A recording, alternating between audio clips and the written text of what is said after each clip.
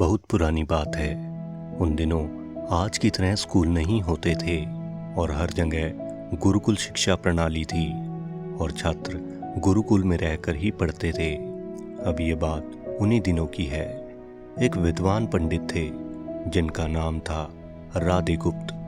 उस समय उनका एक बड़ा प्रसिद्ध गुरुकुल था जहाँ दूर दूर से बालक शिक्षा प्राप्त करने के लिए आते थे। राधेगुप्त की पत्नी का देहांत हो चुका था और अब तो उनकी अपनी उम्र भी ढलने लगी थी। उनके घर में उनकी एक विवाह योग्य कन्या थी जिसके विवाह की चिंता उन्हें हर समय सताती रहती थी। वैसे उन्होंने योग्य वर तलाशने की बहुत कोशिश की लेकिन कोई पसंद ही नहीं आता था। पंडित राधेगुप्त बड़े समझदार और बुद्धिमान व्यक्ति थे और इसलिए पंडित राधेगुप्त अपनी कन्या का विवाह ऐसे योग्य व्यक्ति से करना चाहते थे जिसके पास भले ही संपत्ति न हो पर वो बुद्धिमान हो। एक दिन उनके मन में विचार आया।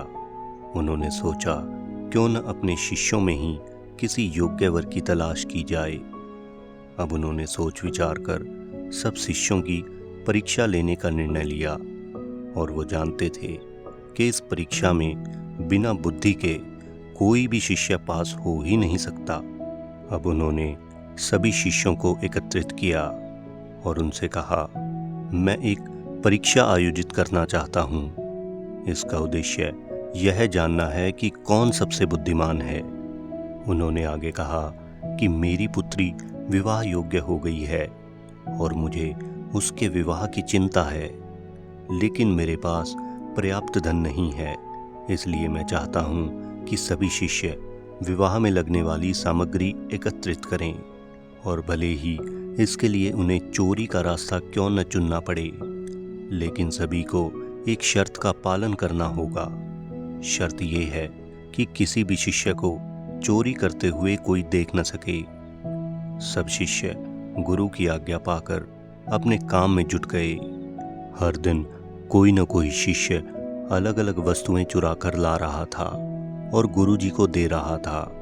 राधेगुप्त उन चीज़ों को सुरक्षित जगह पर रखते जा रहे थे क्योंकि परीक्षा के बाद उन्हें सभी वस्तुएं उनके असली मालिक को वापस करनी थी।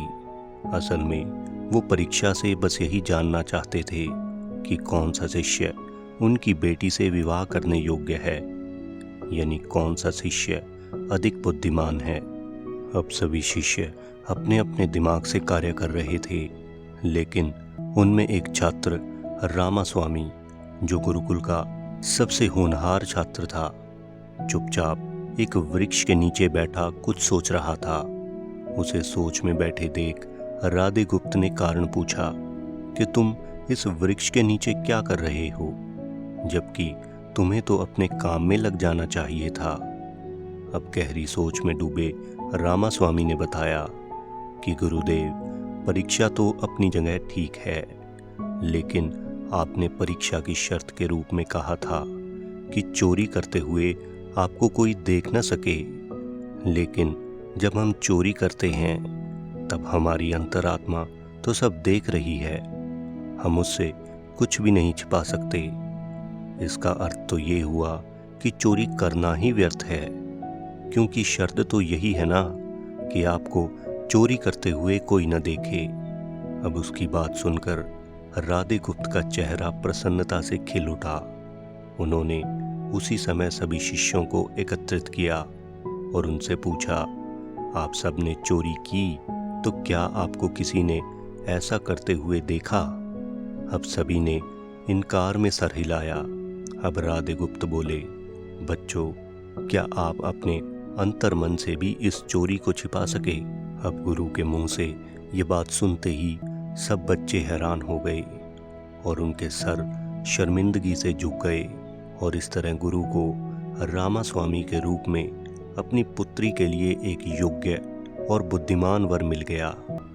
उन्होंने रामास्वामी के साथ अपनी पुत्री का विवाह कर दिया और साथ ही शिष्यों द्वारा चुराई गई वस्तुएं उनके असली मालिकों को वापस कर बड़ी विनम्रता से क्षमा मांगी। तो दोस्तों, ये कहानी हमें जीवन की एक ऐसी सच्चाई से रूबरू कराती है जिसको हम जानते हुए भी अनजान बने रहते हैं।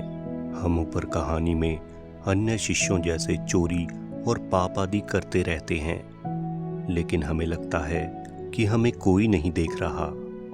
लेकिन हम यहाँ अपनी अंतरात्मा को भूल जाते हैं और बस जो अच्छा लगता है अपनी मर्जी के अनुसार करते रहते हैं।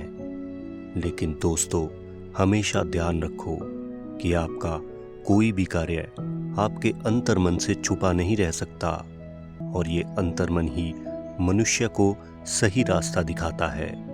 इसलिए मनुष्य को कोई भी कार्य करते समय अपने अंतर्मन को ज़रूर टटोलना चाहिए, क्योंकि मन हमेशा सत्य का ही साथ देता है। तो दोस्तों, अगर आपको ये कहानी अच्छी लगी हो और आप इस कहानी से कुछ सीख पाए हों तो इस वीडियो को लाइक करें। आशा करता हूँ कि ये कहानी आपकी ज़िंदगी में कोई अच्छा बदलाव लेकर आएगी। अगर आप ऐसी ही कहानियाँ सुनना चाहते हैं तो हमारे इस चैनल को सब्सक्राइब करें, क्योंकि अगर आप इस चैनल को सब्सक्राइब नहीं करोगे तो हो सकता है आज के बाद आप हमारी कोई वीडियो न देख पाओ। तो मस्त रहें, स्वस्थ रहें और देखते रहें माई स्टोरी स्टेशन की नई नई वीडियोस। धन्यवाद।